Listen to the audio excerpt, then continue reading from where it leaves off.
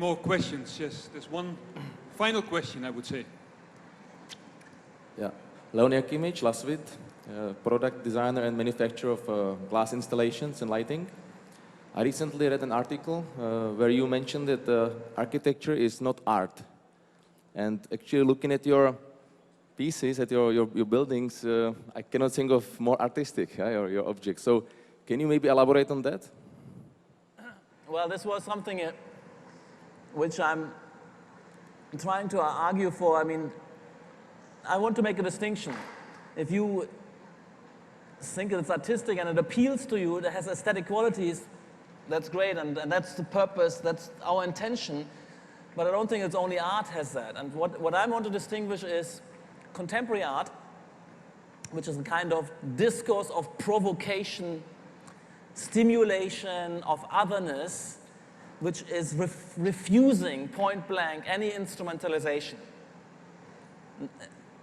As soon as it's getting instrumentalized, it's ejected from the art world. Just a statement about how this social domain of the art world works and is different from the design world, right? Now we get stimulated, we sometimes enter the art world as architects when we're developing some things which has no instrumentality yet. It doesn't work yet. We don't know what it's good for. And at that point, we're just experimenting with form, with manufacturing, with shape, with material.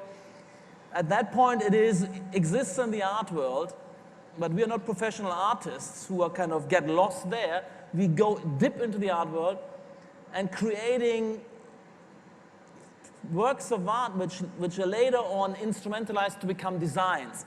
But a design is something more ambitious, or it's something different anyway. It really intervenes in everyday life and serves the purpose, and is not only, although it's sometimes designs do it as well, it's not only provoking and confronting us with something other, with other possibilities. It is a real possibility now, even though it has perhaps on top of it moments of provocation within it. It needs to function in the everyday. And that's what I make the distinction. And this distinction is new, because this kind of strange art world which we engage with and which every contemporary society has didn't exist in the 19th century nor in the 18th and 16th century. There that was the arts. It was sculpture, painting, architecture was all in one cast. It was all fled into one artifact, one career, but they were all instrumental. The paintings were instrumental to decorating and creating a real-life environment and an information space. It was like advertising or propaganda. The sculpture were part of that as well. So this was art in the contemporary sense didn't exist at the time. Now I want to make space for art in the contemporary sense and show how radically different it is, and that design in a sense is something which needs to be discipline itself with respect to social performance in the real world, in framing interaction. Whereas art, points towards other possibilities of interaction, perhaps. And the characters are so different. Whereas the artists of the 16th century, 17th century, this was one guy, the painter, sculptor, architect, Michelangelo, Raphael, they were all of these things. And then they were also actually scientists and geometers. Now you put together Damien Hirst and Norman Foster. I mean, this is incommensurable discourses, characters, personas. The criteria of success are on opposite ends, so that's where I'm coming from.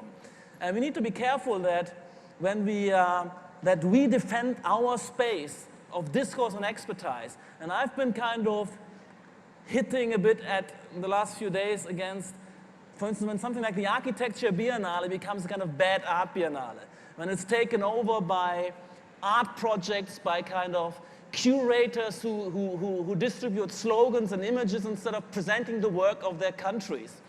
And where our space of gathering and showing our work and what it means to us and to the general public is taken over by kind of, frankly speaking, political correctness and bad art. That's why I have to be insistent on this distinction. Thank you so much for a strong statement at the end. I think that also kind of is a very nice finale. I want to kind of share with you that I'm impressed in three ways. First, by the the ideas, you know, that you kind of can come up with these ideas. Secondly, by being able to implement them. And then thirdly, that you're able to speak about them in ways that we understand and now can see, you know, why this has come about. And I think that is really, really impressive. Thank you so much for that. I think that deserves a big applause from the audience being here.